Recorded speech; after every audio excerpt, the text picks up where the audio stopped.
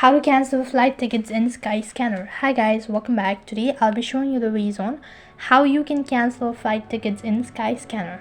Now, to cancel a flight ticket in Skyscanner once you're done booking or once done confirming, it's a bit complicated process, but this does not mean it's impossible. In order to cancel or to make some changes or refund, what you need to do is you have to provide the travel provider, airlines or travel agent, such as when you've booked a flight, you must be able to choose a provider. You must have selected Make My Trip or maybe Travel or maybe Thailand Airlines or whatever.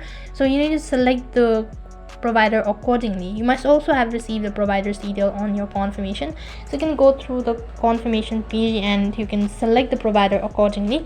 After that, you need to state about the issue and they'll look into your matter, and sometimes this might not be a refund process. Make sure that you're sure enough about it.